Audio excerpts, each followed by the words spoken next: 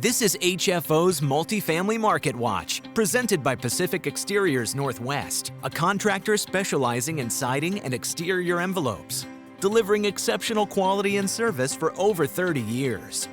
By Aprio, combining DeLapp's Pacific Northwest experience with Aprio's global resources to offer unparalleled tax, wealth management, and advisory services for real estate owners. And by Kennedy Restoration, helping residential and business owners recover from fire, water, mold, and storm damage.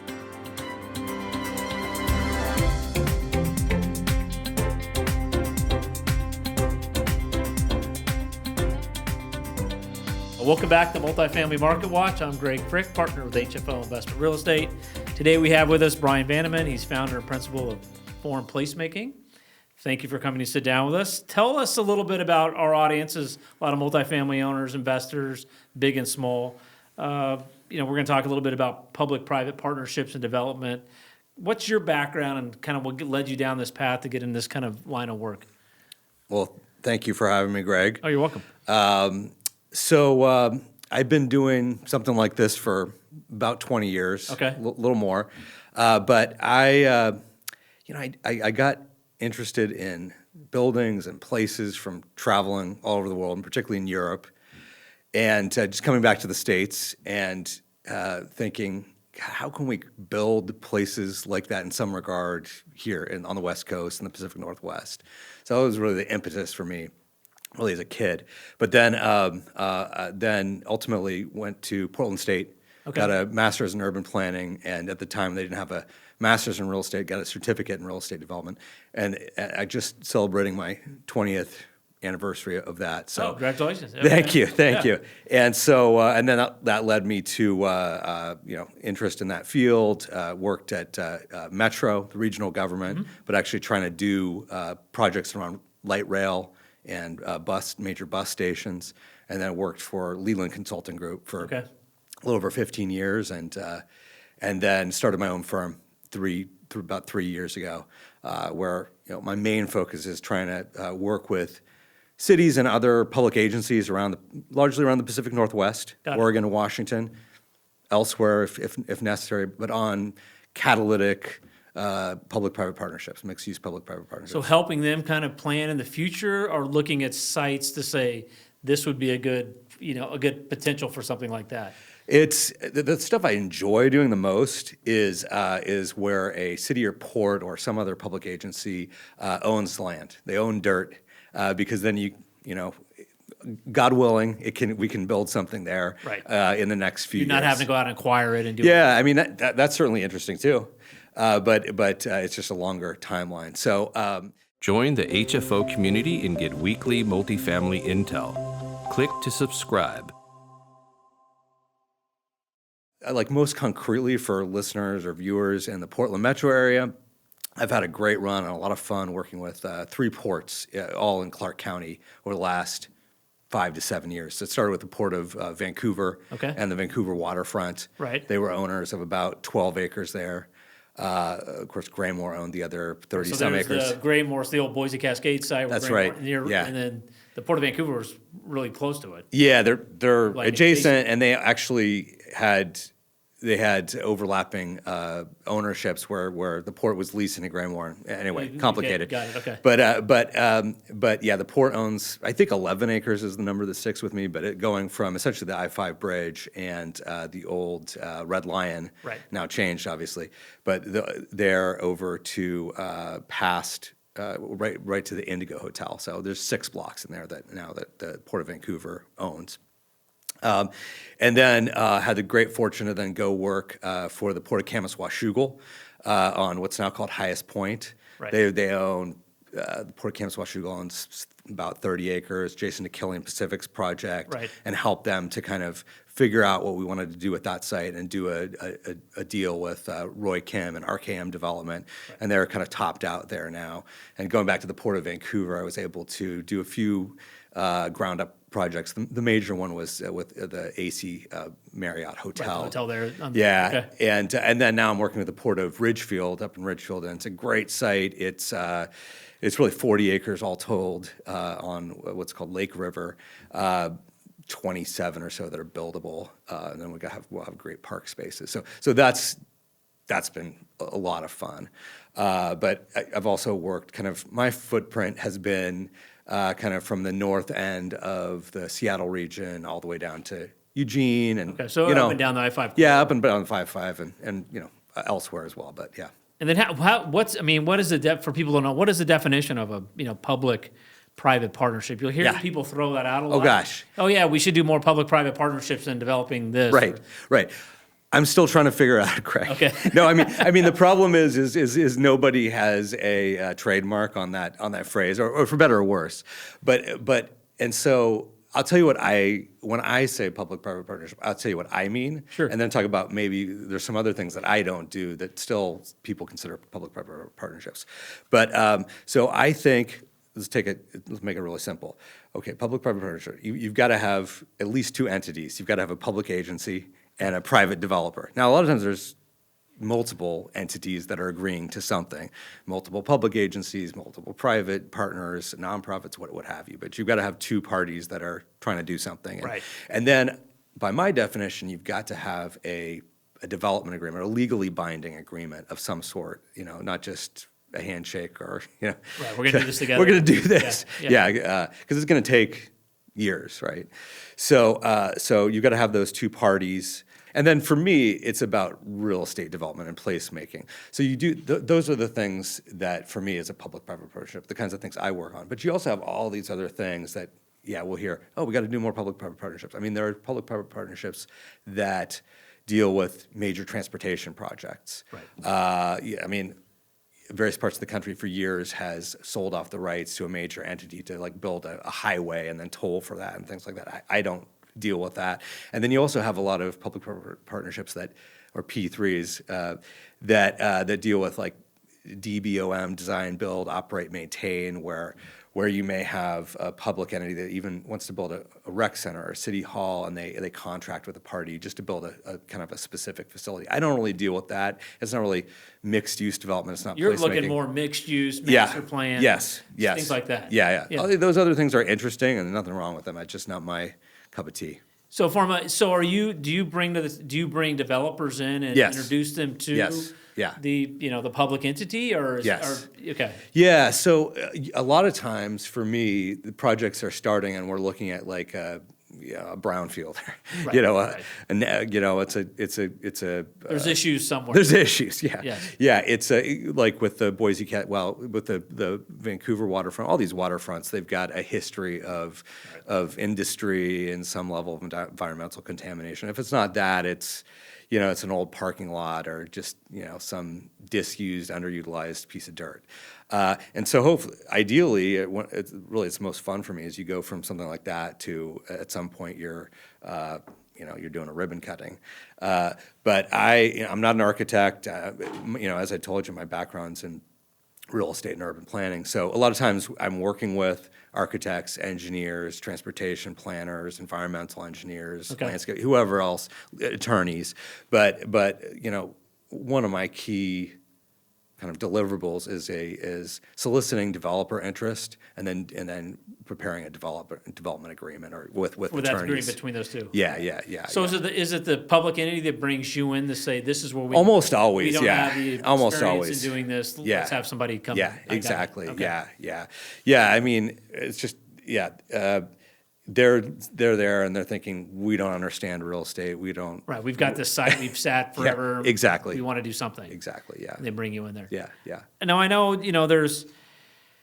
I can see some of the benefits for a developer because you get the ability to do some of these sites that you would not be able to, because again, they don't own the land. So, Right. if I go to these port sites, there's a chance there. I mean, you've done stuff in Oregon, you've done stuff in Washington. Is there a big difference between how those states work and looking at these? Or is one easier than the other to deal with? Yes, it's really fascinating to me actually to go back and forth between the two states. I mean, partly it's just a challenge to remember Right. what the laws are in one state or what the practices are in one state and another. And some of them are maybe not good or bad or better or worse in one place. They're just different. Right. And some things don't necessarily pertain to public-private partnerships particularly. But I would say right now, it's it's much easier to do a public-private partnership in the state of Washington. Right now, okay. Yeah, and that wasn't always the case, but you know, the big reason that it's easier to do these kinds of deals in Washington is because of Oregon's prevailing wage rate law, Right. that's administered by BOLI, and I'm sure, you know, I can repeat some of the details, but basically you're much more likely in the state of Washington to be in a situation where for the public entity, the city or whatever, may pay prevailing wage rates for a park or a road or what have you. Not the whole project. But it won't. But that will not trigger prevailing wage rates on the vertical private development. Which in Oregon it does. Which in Oregon, it's very easy to trigger that.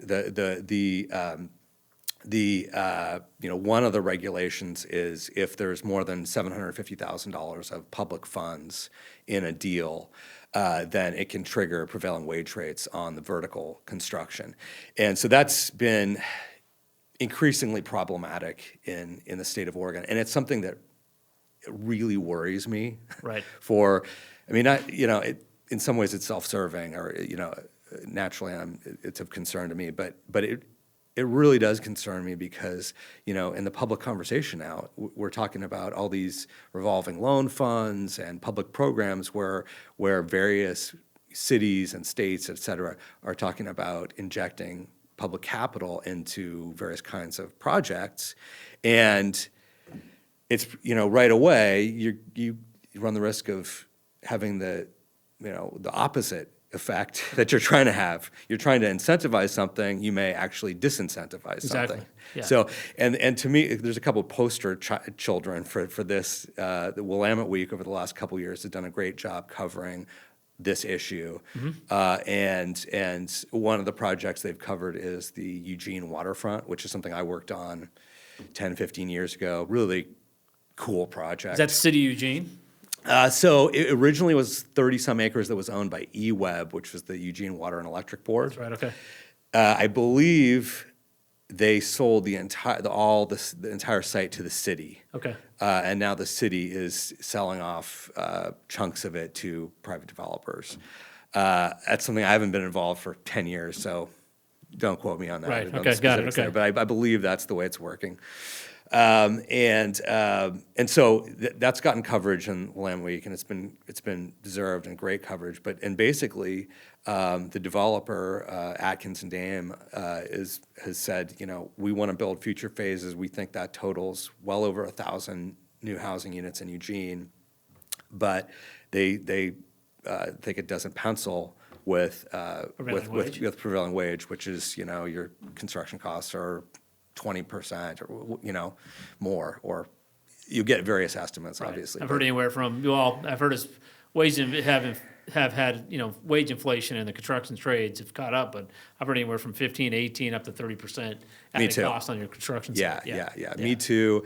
And even Meyer Memorial Trust did a great study 5 years ago where they identified the prevailing wage rates as a key problem for a variety of projects. And it's actually really a problem for affordable housing projects too. Oh, yes.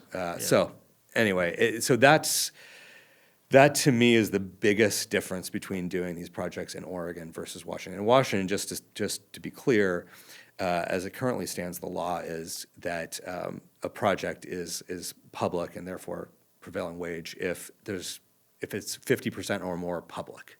Gotcha. And it's a little fuzzy exactly what that means, but there's not the fear that you're going to get this automatic trigger on all that's this right. going on the vertical side. And that to me seems reasonable. I mean, if you're building a stadium, okay, you know, then yeah, you know, that the policy is what the policy is. So for you, if, you know, a municipality hires you to come in, Yeah. I mean, what do developers look for? What do you look for from a developer to say? Because, you know, we know Central Bethany have done deals. Sure, yeah. So, I mean, are there things that distinguish one kind of developer versus another in these kind of partnerships? Absolutely. I mean, I just feel like there are, you know, I love the development community in Oregon and Washington. I think there's so many people doing great stuff. Right. But I I think there are probably some developers and investors that public-private partnerships, may not be right for. Okay. It tends to be, I think, a longer time horizon. You have to be probably more patient in many ways. I mean, dealing with municipalities. Right. You probably, on the upside, you're usually not, kind of paying outright for land early on, and so your IRR, it looks a lot better. But you've got to invest a lot of time, time and staff time, and probably more on due diligence or just architect's fees and all that because you basically got to play the long game. With the group you're working with. Well, the developers have to, I think it's hard for,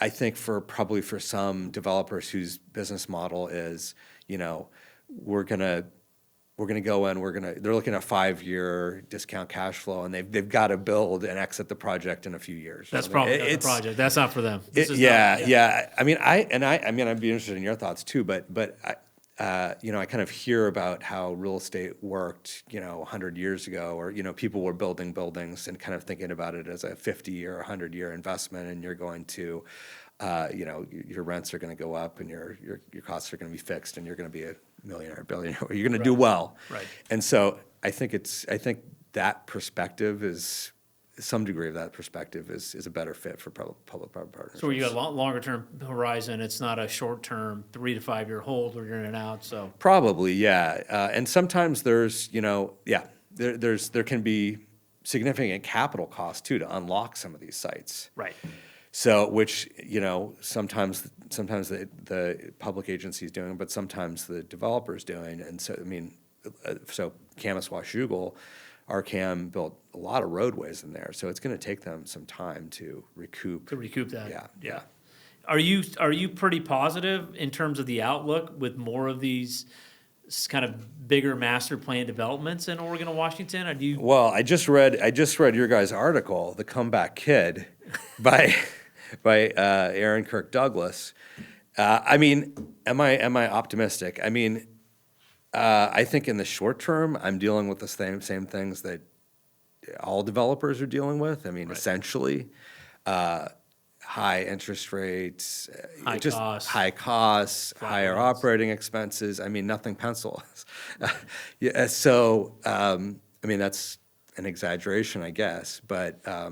There's a reason why there's nothing getting built right now. Yeah, Exactly. exactly. It's not penciling. But on the other hand, I want to believe that, yes, public-private partnerships are a good way to go now. So I'll give you some examples. It's like, okay, if we can't get a market rate project to pencil now, which is hard. It's hard, exactly. Okay, we have different avenues, I think, that are more viable through public-private partnerships. So, for example, Oregon Community Foundation just announced $100 million for middle housing or middle-income housing. I think in some of the places I work, a market rate project might not be the right way to go anyway. So now you can look at a workforce housing project. Maybe you can get some money from impact investors or local high net worth, institutions or high net worth individuals, and you get some OCF dollars To come into and the reality is that a middle income 100% AMI project is where the market is anyway. Right. So so maybe that is 20% of your capital stack or something. So that's I'm hoping that we can do some projects that are that, and maybe that's a more viable path.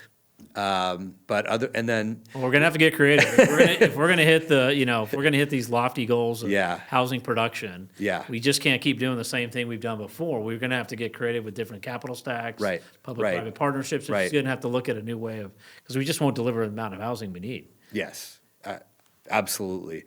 And the other thing that with public-private partnerships, the downside, they do tend to be slower. There's just some more process, but in a market like this, if you tell a developer, well, you don't have to break ground for 24 months or something, that's not, that used to be a bad thing. Right. Now it's, and you don't have to close on the land. Right, exactly. You can do your DD and get there. Exactly, from that standpoint. But it's also, what I worry about is nobody knows,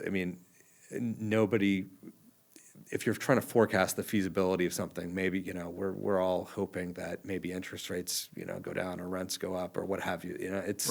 There's just a lot of uncertainty. And so I worry that on some projects I work on that all the parties may be fooling themselves in terms and talking about a project that isn't going to pencil still in 12 months or something. Right, even with some assumptions that they come in there, so. Yeah. Well, I want to thank you for taking the time to speak with us and give us a little insight onto this. It's an interesting kind of niche within the development world, but like I said, I think we've got to look at other options. We just can't continue to do what we think we did before to get the kind of housing production. So, I applaud you on your work to try to bridge these groups together because, dealing with a lot of the municipalities, they do need somebody on their team that understands real estate. And it sounds like that's the kind of where you are. That's what I aspire to. Great. Well, thanks again for sitting down to speak with us, and we'll see you again next time on Multifamily Market Watch. Thank you. HFO's entire office specializes in multifamily real estate, making us the largest multifamily brokerage in the Pacific Northwest. Your success is our passion. Like and subscribe to Multifamily Market Watch videos on YouTube, articles on LinkedIn, and podcasts on all major streaming markets. Build your legacy with HFO. Call 503-241-5541 or visit our website at hfore.com for more information. HFO is a partner of the Global Real Estate Advisor Network. Love the insights? Tap the like button and click subscribe. It helps us bring more multifamily news straight to you.